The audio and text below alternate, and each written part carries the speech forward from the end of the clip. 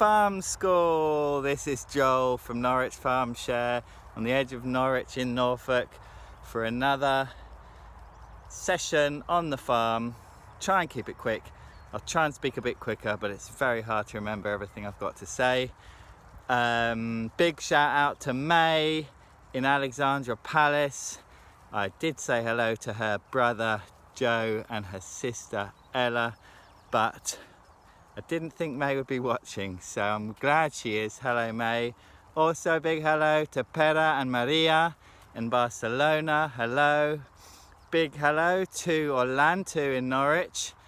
And I think that might be it for this week. Well done to the people that correctly identified the garlic and the borage.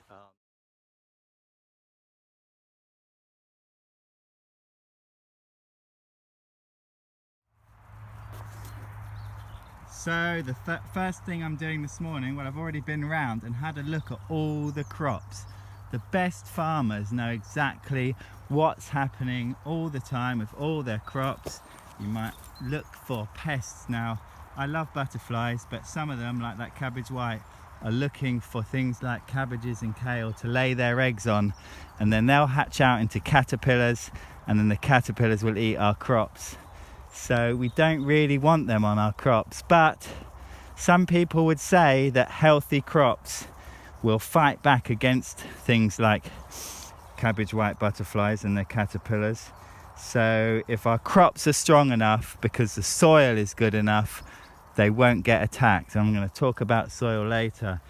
But as I was saying, good farmers will go around and they'll identify any problems before they happen. They'll look at their crops, they'll look at the soil. So this morning I've been around checking everything, seeing what needs to be done. I've put the water on, which is going on up there and over there. We'll move that later. Jack's been busy setting all that up, putting taps on. It's a really skilled job to get that working right. And I'm just about to prepare these beds. Did I say before that all of our crops are grown in beds which are 25 meters long and 80 centimeters wide, apart from a few small ones over there, which is where we grow salads. And this is a BCS tractor, which is made in Italy, so grazie Italiani. And I am about to use this implement on the back called a power harrow. Really like what the power harrow does, but it's a really awkward tool to use because of the way it sticks out on the back, and it's very heavy. Jeffrey's having a look around. Jeffrey's actually chasing a rat earlier, and the rat squeaked at Jeffrey and Jeffrey gave up. So I'm a little bit unhappy with Jeffrey's mousing skills. So I'm about to use the power harrow to prepare this bed and a few other ones. So I'll show you that when I've done it. It's starting to get really warm now, so I've just power harrowed that bed. Sounds a bit like a superhero. So as you can see, it's nice and flat. The soil has all been broken up, so there's no big clods. It's really nice and flat and smooth for planting into. You could even sow into that. This bed I'm going to do next is fine, but it's a little bit more lumpy and uneven. But I'm going to power harrow that one as well now. Hello Farm School, guess where we are? This is the seed propagation tunnel. It's quite a small tunnel, but it doesn't matter too much because everything is on benches and all crammed really closely together. And this is where we start everything off, all our crops. Well, most of our crops start in here. Look at this tray that I've just sown. Can you guess what these seeds are? We have to talk very quietly because all of these little seeds are sleeping. You might be able to hear them sleep. No, they're not snoring, which is good. Can you guess what they are? They're a type of bean and they climb. So we've got one tray there and half a tray here, and that's enough for a bed, a whole bed of beans. And each of these beans will produce a plant which will produce lots and lots of other beans, and each of those beans will have lots of beans inside them. So that is the amazing way that we can get reproduction. And I've just spotted, look at this, there's a web, and inside the web there's a little spider. Did you see it?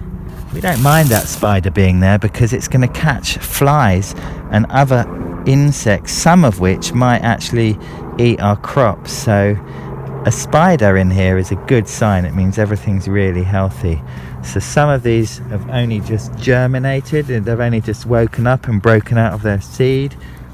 Some of them are a couple of weeks old, some of them are much older, and these ones out here are ready to start being planted out into the field. But we're going to wait a few days because it's quite cold at night and we don't want them to get killed by the frost. These are spring onion seeds, and I'm just broadcasting them rather than putting them in the module trays like a lot of the other seeds, because they're so small. Good evening everybody, with episode 3 of Farm School, I think that's what it's called. Just trying to show you a little bit about our farm and how it works, answer a few questions, give you something to look at if you're stuck indoors for many hours every day. So Norwich Farmshare is an organisation that grows vegetables for people in Norwich who pay a bit of money every month and get veg every week. And we've got this big bit of land here. Well, it's not that big compared to normal farms. It's only about 2.5 acres. And we're trying to grow as many vegetables as possible. So we've had some comments from people watching at home. Louis in Sussex says going. Didn't really get what that meant, but he also asked where I learnt about farming, which is a great question. My grandparents used to live in Sussex, not far from Louis actually, and they had pigs and chickens and vegetables, and I used to love being down there and growing food and flowers and going for walks in the woods. So I learnt a bit from them, but they weren't really growing for money, so didn't really learn about commercial farming from then. I've spoken to a lot of farmers, and I've watched a lot of YouTube channels of people who are farming in different countries. I talked to my colleague Jack, who I work with, and ask lots of questions and read lots of books. There was a question from Pera and Maria in Barcelona, bon dia, and they wanted to know how many people work on the farm. There's 2 of us who are paid, and then lots of volunteers, and also they wanted to know something else which I've forgotten. And Orlando in Norwich wanted to know if we grow strawberries. Not really to give to our members because we don't have enough, but there are a few plants around which I'll show you in a bit, and they're just flowering now, so they should be producing fruit soon. And one of the things that I wanted to show you today was the soil. So soil is incredibly important. This is where all our crops grow, and different types of farming do different things to the soil. We really want to look after our soil because it's where our crops grow, and it gives all the goodness to the plants. And the most important thing about that soil is the biology in the soil. And actually I've just remembered another question, which was, do we have any animals on the farm? We don't have any big animals like sheep or pigs or chickens or cows, but in the soil there are a lot of animals or organisms, some of them tiny, and it's those organisms which feed the plants and help our plants to grow strong and healthy.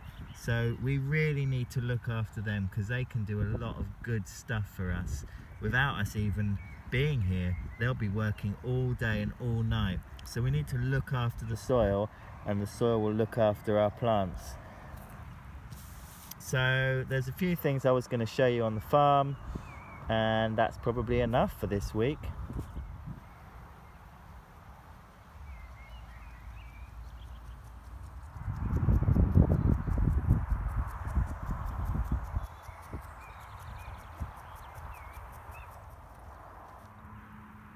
Lastly, this evening I just wanted to show you the strawberry flower. This is what Orlando was asking about. Hard to think that that's going to turn into an amazing, juicy, sugary red fruit. But that is the beginning of the strawberry that you can see there. There's a few more. It's a bit weedy, this bed, so we need to clear it out. Look at this flower. Really nice patterns and textures. You could make a lovely design just using inspiration from all these plants. This is a teasel. Look at the water collecting in there. Goodbye. Oh, nice bird. What is that?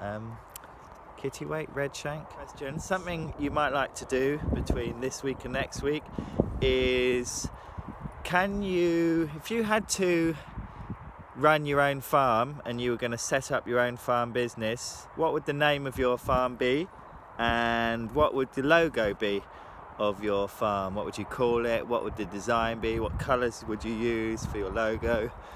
So if you've got time to do a little design, a drawing, you can send it to me at hub@norwichfarmshare.co.uk, and anything that you send me I will show on the next episode. Okay, have a lovely week. Bye.